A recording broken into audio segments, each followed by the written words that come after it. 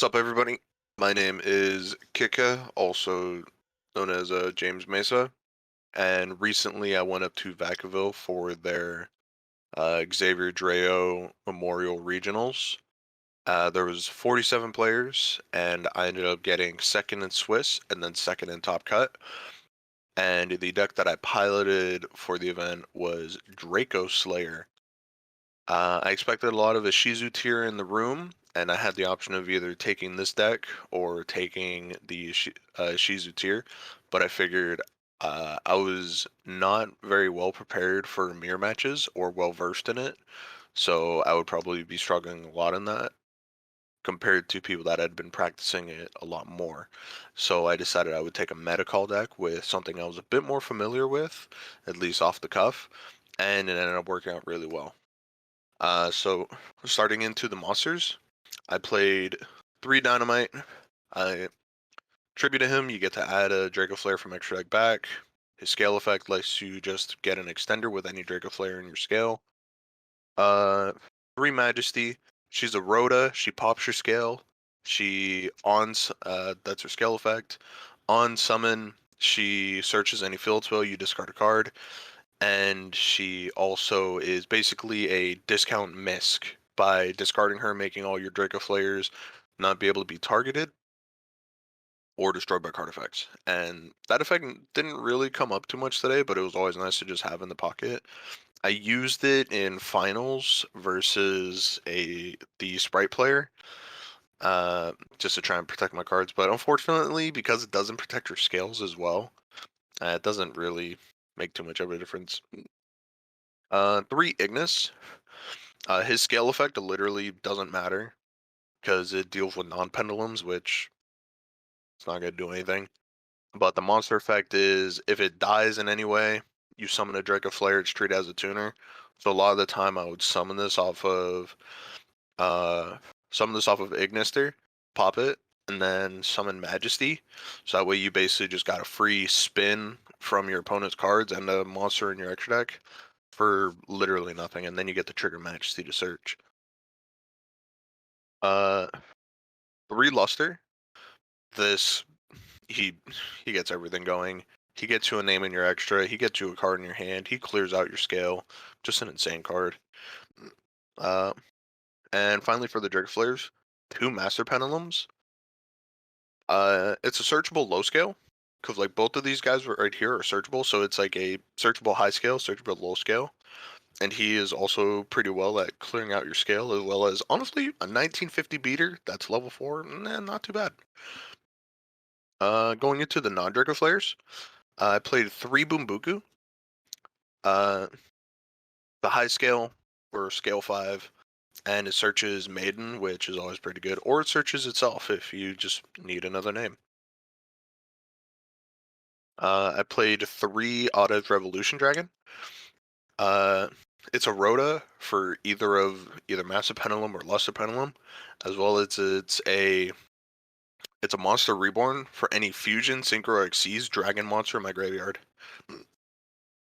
Uh, finally, and then I played a Perform Pop package, Monkey Board, Odd Eyes Synchron, and 2 Jokers. I was playing 3, but I cut one to kind of cut down my normal summon count because unfortunately Boombuku and Joker clash with each other a little bit, where Boombuku's going to search you your Dracoslayer engine to get things started, but Monkey Board is pretty much just going to search you either your Rhoda or Monkey Board. The reason you play Monkey Board and Odd Eye Synchron, Monkey Board searches this, and then you summon this card either from your pen summon or just in general, and then he targets it and lets you do some synchro plays. So Monkey Board can be a 1-card Baron or a 1-card Ignister, which the moment Ignister touches the board, you're able to like actually get your play started, which is really, really good. Then I played a copy of Astrograph Sorcerer. It comes up, it's usually, if you don't have this, or if you already have Monkey Board, you usually search this off of Beyond the Pendulum if you're not like searching a card that fixes your scales. And he synergizes well with all the Draco Flayers, so even if you just see him, He's able to get you a free body on board and free search of a card, as well as he's a scale 1. He's just good in every regard. Please put him to 3. Uh, I played a Mystic Mine out. Her scale effect, just target a card they control, target and herself, and blow them up. So, honestly, didn't really come up too much, but it's also a scale 7 with no restrictions. So, just having these as generic scales never hurt. And then I played a Morphage Sloth because I'm on the Spheres package. This honestly technically came up a lot because usually from all of my end boards, I just had a lot of people scoop. So he never he never even touched the board, but he was always available. I never saw him in my hand today, so I never had the brick on him. And finally, for the monster count, I played 3 Magnemite and 2 Druis. Uh, Magnemite during the end phase can search you Revolution or any of your either Luster or Master.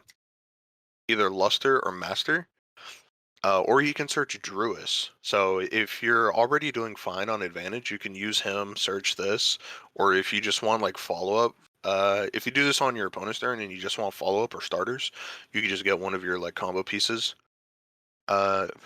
And because Beyond the Pendulum says a Pendulum monster and any other monster, these guys are really, really good for just dropping on the board because Auto Revolution Dragon is a light. So when you discard it to search, you have just like a free light right there to summon this, activate the effect, get your search, and then you can link it off to Beyond the Pendulum. So you can basically start setting up a resource generation in the end phase. So that's all the monster count. Also, this guy's just really good for outing things. He helped me out of Baguska, which this deck in a bubble can kind of struggle with, depending on how you play it. So that's all the monster count.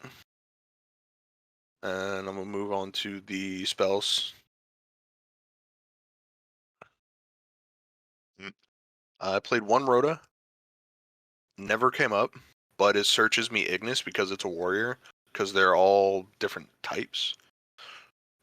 I played 1 Sky Iris, really good, clears my scale, or my monster, so if I'm under Mystic Mine, I can just keep popping my monster, and it gets me Auto Revolution a hand, so clear scales and gets me an extender. I played 2 talents. Every time I saw this, it was really good. I made my opponents play into it a lot because I would have plays where I could have done something in like main phase or standby with like quick effects, but I decided to go to main phase to try and force something out of them. Whether it was like a Brandon in red that I was hitting with Cosmic, so that way they would summon their monster, activate their effects, and then I could just talent and start getting advantage.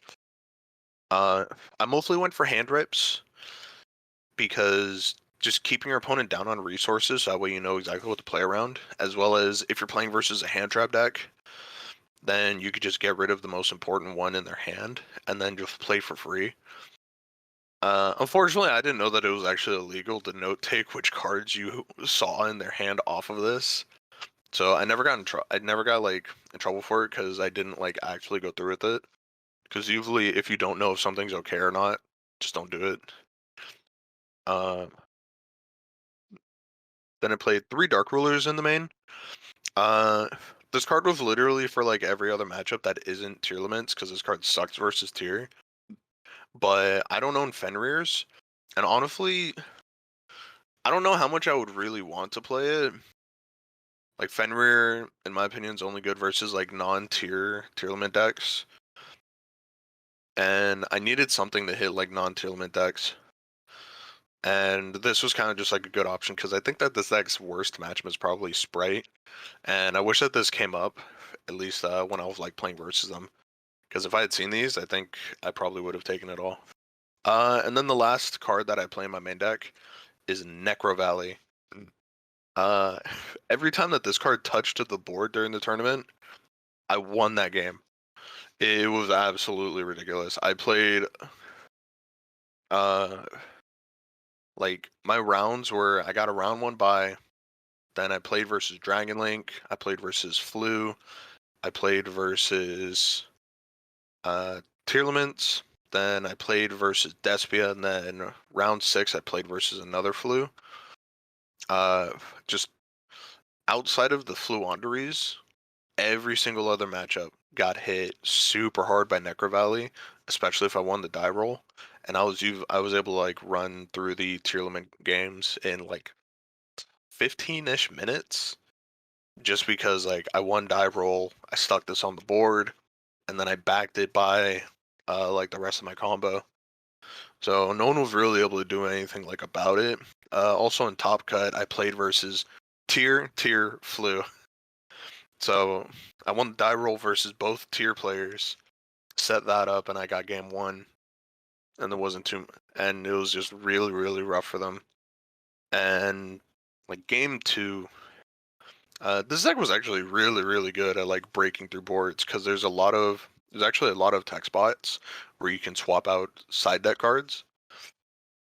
So going into the side deck, I played one Gagaga Cowboy. Every monster in my deck is pretty much level 4. So I just wanted to have like one card for time that I could like reliably go into. I played Guiding Ariadne along with Triple Solemn Judgment. A lot of the games, I would win the game 1, and then we would go into game 2. I would side in my side cards, and there wasn't, like, for most of the tournament, up until like round 5, I didn't lose a game, so this didn't really come up. And versus like in Top Cut, the Ishizu players didn't come up either. The matchups where it would have came up, I never had the opportunity to really see them, unfortunately. Or I kind of just like didn't need them. I played 3 Lava Golem. This card was insane. There's a cool interaction with Zelantis, where if you summon Lava Golem to their board, and then you make the link for Zelantis to return monsters under their control, you just get your Lava Golem back. So you clear their board, and then as part of your standard combo where you're making Zelantis, you just get a 3k beater back. And one of the cool things is if you're on the number 38 Hope Harbinger package in your extra deck, he's a level 8. So you can just take him and then make Hope Harbinger with him, which is really cool. Then I played Mind Control, Change of Heart. Never came up. Just, I never really saw them. I saw Mind Control once versus Fluanderies, but their end board wasn't enough to really worry about it. And even though they went normal summon barrier statue pass, I couldn't even out it with this. And I was debating probably playing Win the Wind Charmer in my extra deck, just as like to get more value out of this or more value out of talents to like just out annoying cards. But it wouldn't be too bad, especially because I have a wind monster just as generically part of my combo. So it was just something to like, just something for theory. I played Triple Cosmic, 1 Duster. Came up a lot. The Cosmics were insane. Duster, I never really saw it, but I was never in too many situations where I needed it. I'll still probably keep it in because you never know. There's probably gonna be like some Eldritch player for some reason when there's Bestials and like Bestials and the Shizu cards. I might swap it out for something, but who knows. And then this was the last card in my side deck. I played Secret Village. I mostly just sided this in for every matchup that wasn't a Necro Valley game. So this came in versus like Sprite and Flu. Versus Flu, it was really good. Versus Sprite, it was okay. The dude got lucky in finals. Top decked Nimble Beaver, which was the only card that outed my board because he shifted me. So that was like really unfortunate. I might swap this out for Zombie World, Um, but then I would still have to consider like what am I really putting in for Sprite. So who knows? I want all my games really fast, so I might take out Gaga Cowboy. That might be an option. Um, and then moving on to the extra deck, I played Apo, Zelantis. Uh, freaking insane card. This card is like so good for this. It I played Heavenly Spheres because usually when you do Zelantis line, and because most of your monsters are dragons, Zelantis will put himself back in the monster zone or in the main monster zone, and then you can just spheres for free, and then you just have Zelantis as like link material. Played Celine. You use this as part of your standard combo because Beyond the Pendulum is a spellcaster and she only needs one spellcaster. So long as you have 3 counters and Majesty Maiden usually gets you your 3rd with the field spell, you're able to summon her. She has 3 counters, and then you summon Odd Eye Synchron from hand. And that's usually able to get Odd Eye Synchron effect active and get you to your Baron to help protect the rest of your plays from there. Uh, Nightmare Unicorn, because it's just a good card. Came up a little bit. It was nice to pair Nightmare Unicorn with Zelantis because then it made your battle phase a bit better. Because Zelantis could like act as removal in the battle phase for all monsters that are co-linked. Beyond the Pendulum, it's Electromite at home. Not much else I could really say about that. It was nice for popping cards. It didn't really come up too much, at least today. But it's a Rhoda. It fixes your scales, and it can act as a bit of removal, so it's honestly not too bad going second. I didn't miss the second copy. I didn't feel like I really needed it. Usually by like turn 3, if you're going first, you should have enough resources to pretty much just like push through stuff. Especially if like you're going through the Magister and then the Magnuma, you should have your 2-card, because a lot of this deck is actually 2-card combos, and just you pretty much just need like 2 different names, and it kind of just gets you there depending on how well you know how to run it. And then I played IP. IP was part of the standard end board. Usual end board was IP, Spheres, Baron, and then if you had enough gas, you could slap. Oh, and Necro Valley. And if you had enough gas, you could slap a like Dweller on there. Or if you just want to like play careful, you could just set up everything and then put like a Baguska with IP and Spheres. All depends on how you wanted to run it. Then I played Dweller, Baguska, and Magister Paladin for the XCs. Plan B, if I get shifted, this was usually coming onto the board. Dweller is insane in this format. Not gonna lie, I didn't make this card a single time because I had Necro Valley. So I would honestly be fine with probably even taking it out, but this card was insane. Like this card just made like such a big difference. This card like made no real difference because I had Necro Valley out a lot. And the funniest part is going second versus some of the tier limit decks. I hard opened Necro Valley, so it just didn't even matter. Because one of the cool things about Necro Valley was I would activate Necro Valley, and it would force them to use their Bystials. And because they're using them in hand, I can get hand knowledge because I would usually be able to chain my own Bystial to their monster, and then I get knowledge of what's in their hand. So I know like they basically have just dead level 6 cards in there, and I get a body on board to extend with. Magister, it's a extender some of the Dracoslayer from the extra deck. It's always pretty good. Make sure your arrows are clear. I didn't have any issues with that. On summon, its effect activates, and during the end phase lets you Rhoda for any pendulum. Really good for setting up resources for the next turn. 1 Dinosaur power. Protects all your pendulum monsters by battle or card destruction, and it's a huge 2950 like just wall, as well as a dragon. So I usually link I usually linked one of these off to make spheres throughout part of the regular combo. It would always depend, because if you summon Dinosaur Power off of this guy, or if you summon this guy by using Dinosaur Power, he always adds you back a card that lets you get a free summon for this guy. Uh, so if you have access to those, you'd usually make this guy over this. But I feel I probably should have used this a bit more to get better advantage. Uh, and I probably could have like won my games like a little bit better, or played it a little bit more optimally by getting value out of this guy.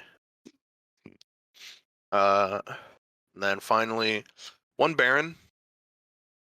Monkey Board is a one card Baron, and you're pretty much, as part of your standard combo, always going to see Monkey Board, whether it's from Joker or from Beyond the Pendulum. Because Beyond the Pendulum, after you do the search, it negates all your monster effects and your scale effects until the end of the until you Pendulum summon.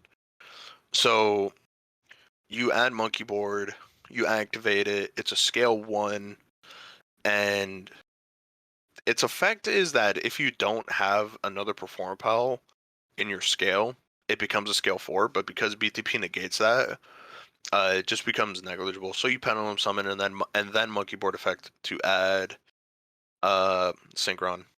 Or you could just, or if you hard open it, you could just do it. Then we played one Tilting Entrainment.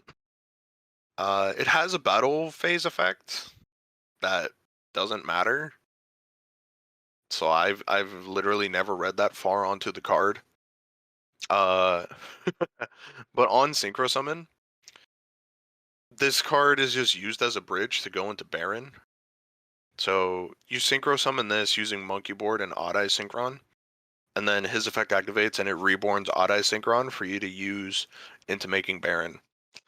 Baron was honestly like just the hard MVP of this deck. Baron plus his Atlantis just helped me break so many boards, because I would summon Baron, I would have the negate live, activate the effect, blow up one of their cards, they would try and use the effect, I would negate it, and then I would summon Atlantis to just re-summon Baron. It would refresh the negate and refresh the pop. So if I was going second and did this as part of my standard combo, I would get to blow up another card on their board and basically just get to pick them apart. Especially with, honestly, like the best card in the entire deck, and like one of the best Pendulum support cards ever fucking printed. 2 Ignis to Prominence. This card is ridiculous. Like, this card was not made to be future-proofed. It has 2 effects, both really insane. The first effect lets you target any Pendulum you control, pop it, and then non-targeting spin any card your opponent controls. So if you just have a card that you're fine with popping, you could just target it and it forces a response out of them, or just gets rid of whatever is on their board. And because it shuffles into the deck, you don't have to worry about triggering tears. And you can also just get rid of like annoying cards, like Avermax does nothing to this deck because of this guy.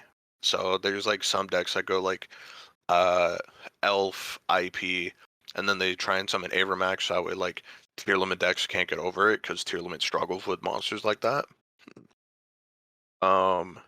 His second effect to let you summon any Dracoslayer.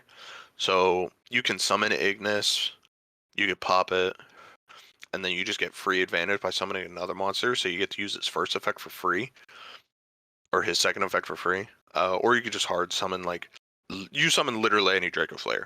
So he's just hard extender. And because he's a dragon, he works with Revolution, so you can reborn him and then use his effect, both of his effects again, because he was not printed with a once per turn. So you can summon, effect, summon, pop, spin, link off, Revolution, reborn, effect, summon, effect, spin, link off, and then you could Revolution again. Or if you summon and you just have him on your board, you can make Xalantis. It banishes him and then summons it back, and then you can use the effect again. I used his effect at least 3 to 4 times every game. It, like, This card is like the heart and soul of this deck. This deck would not function if it wasn't for this guy. Uh, but yeah, so that was my deck profile for the tournament this weekend. It was really nice. Uh, it was a really like pretty drive out to Vacaville. There's a lot of nice people out there, a lot of like really good players. If I want to give any shout outs, I would shout out my buddy Tommy, who lent me the Bestials because I have just not received mine that I ordered like a month ago.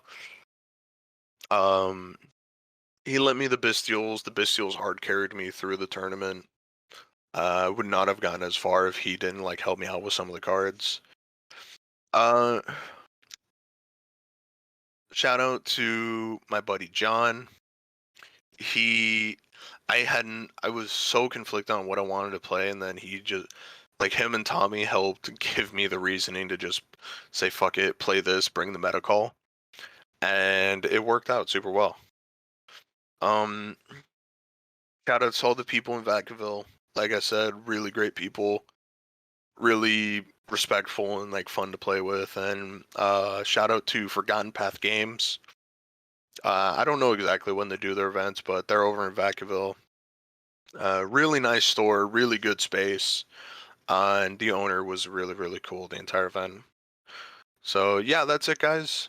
Like I said, I'm Kitka or James Mesa. This is Dracoslayer.